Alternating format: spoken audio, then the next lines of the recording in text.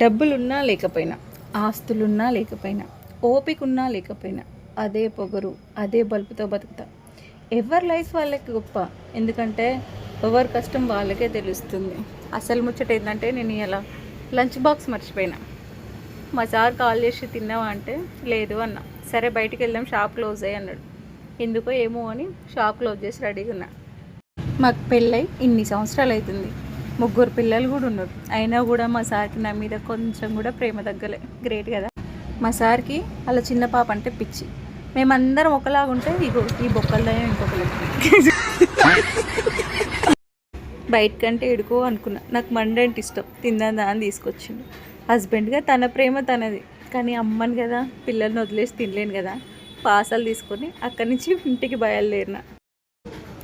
నాకు తెలిసి జీవితంలో మనిషికి 36 గుణాలు ఉండాల్సిన అవసరం లేదనుకుంటా. కేవలం 4 గుణాలు ఉంటే చాలు. అవి కూడా మంచి మనసు, మంచి ఆలోచన, మంచి ప్రవర్తన, నిజాయితీ ఉంటే చాలు అంట.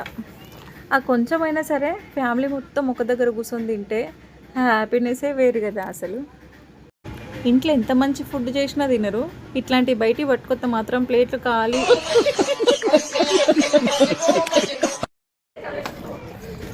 నేను కొంచెం మొండి, కొంచెమేం కాదు చాలా మొండి. అయినా నన్ను భరిస్తున్నాడంటే మా సార్ చాలా గ్రేట్.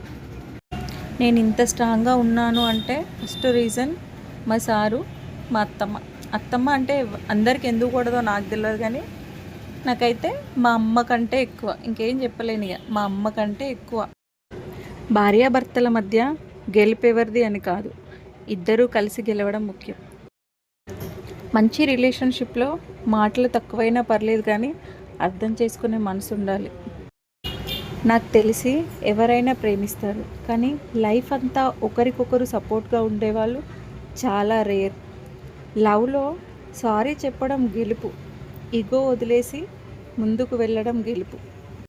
నిజంగా వెళ్ళేటప్పుడు జాగ్రత్తగా వెళ్ళిరా అంటూ ప్రేమతో చెప్పేవాళ్ళు, రాగానే అమ్మయ్య వచ్చావా అంటూ సంతోషంగా మెరిసే ఆ కళ్ళు మనకు తోడుగా ఉంటే అంతకంటే అదృష్టం మరొకటి లేదు కదా.